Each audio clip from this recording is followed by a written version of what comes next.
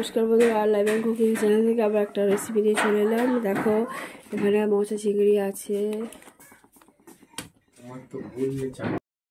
যাকে গলদা চিংড়ি বলা হয়। আজকে আমি গলদা চিংড়ি ফুলকপি আলু দিয়ে করব। এমনি অন্যান্য দিন তো অনেক রকম করি, আজকে এটা ফুলকপি দিয়ে করছি। দেখো প্রথমে কড়াইটা বসিয়ে দিয়েছি, এবার তেল দিয়ে আমি চিংড়িগুলোকে ভেজে নেব। দেখো বন্ধুরা, তেলটা গরম হয়ে গেছে, চিংড়িগুলোকে আমি ভেজে নিচ্ছি। চিংড়ি তো এমনি বেশি ভাজতে হয় না, জাস্ট 30 সেকেন্ডের মতো এই পাশে পাশে উল্টে দিলেই আমার এই চিংড়িটা ভাজা হয়ে যাবে। বন্ধুরা, চিংড়িটা ভাজা হয়ে গেছে, এবার তুলে নিচ্ছি।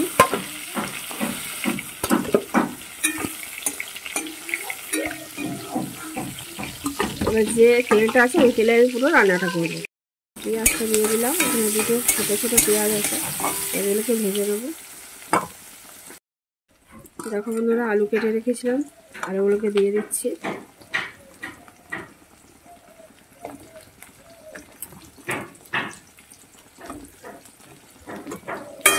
এগুলো এমনিতে সকালে একটু সময় কম থাকে, তাই ঝটপট করে একসঙ্গেই রান্নাটা করে নিই। চিংড়ির তো অনেক রেসিপি আমরা করে খেয়েছি, কিন্তু ফুলকপি দিয়ে চিংড়ি করলে খুব ভালো লাগে। এতে সবজিটাও বাচ্চারা খেতে পেলো, আর তার সঙ্গে হচ্ছে কি চিংড়িটাও। তো দেখো এখানে আলুটা একটু ভালো করে লাল লাল করে ভেজে নেবো, তার সঙ্গে ফুলকপিটাও আমি দিয়ে দেবো।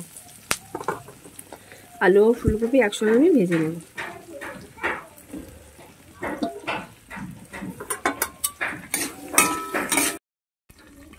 দেখো বন্ধুরা, এখানটায় আলু আর ফুলকপি অনেকটা ভাজা ভাজা হয়ে গেছে। এখানে একটা টমেটো কেটে রেখেছিলাম, দেখো ছোটো মতো, সেটাকে দিয়ে দিলাম। দিয়েও আমি 30 সেকেন্ডের মধ্যে একটু কষিয়ে নেব। বন্ধুরা দেখো, আদা রসুনের পেস্ট দিয়ে দিচ্ছি।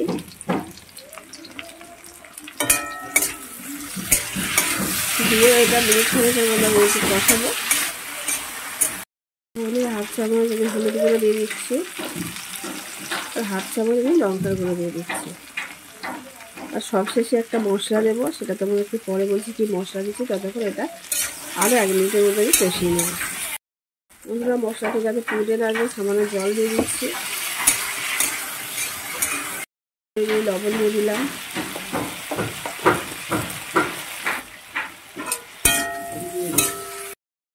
দেখো বন্ধুরা, এখানে কষানোটা আমার কমপ্লিট হয়ে গেছে।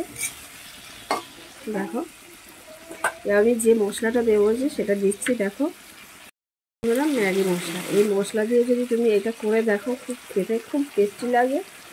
এই ফুলকপি আলু আর চিংড়ি দিয়ে দারুণ লাগে, খুবই সুস্বাদু খেতে হয়। এবার জল দিয়ে দিচ্ছি বন্ধুরা, দিয়ে আমি চাপা দেবো। খুব বেশি জল দেওয়ার দরকার নেই। এবার তোমরা যতটা গ্রেভি রাখবে ততটাই দিও। এবার আমি চাপা দিয়ে দিচ্ছি। বন্ধুরা দেখো,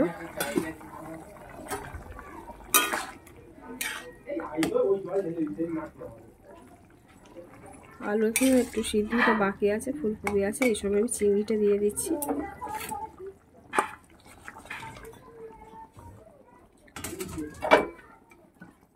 মিনিট 5 ফুললে আমার এই রেসিপিটা কমপ্লিট হবে। আর নামাবার আগে আমি সামান্য ধনে পাতা কুচি আর একটু চিনি দিয়ে দেবো, আর চাপা দিয়ে দিলাম।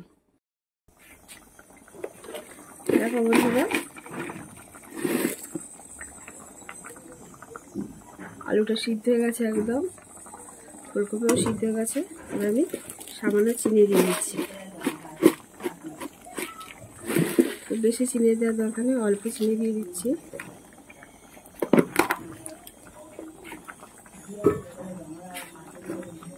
আর সামান্য ধনে পাতা দিয়ে দিচ্ছি।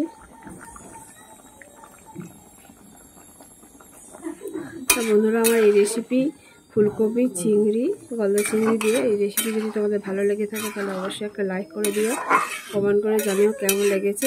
আর যারা নতুন বন্ধু আছো তারা অবশ্যই সাবস্ক্রাইব করে পাশে থেকে, যাতে আমার এই চ্যানেলটা আরও এগিয়ে যায়।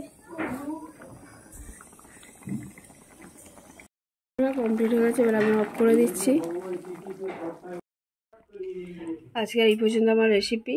বন্ধুরা, সবাই ভালো থেকো, সুস্থ থেকো। আবার একটা নতুন রেসিপি নিয়ে তোমাদের সামনে চলে আসবো।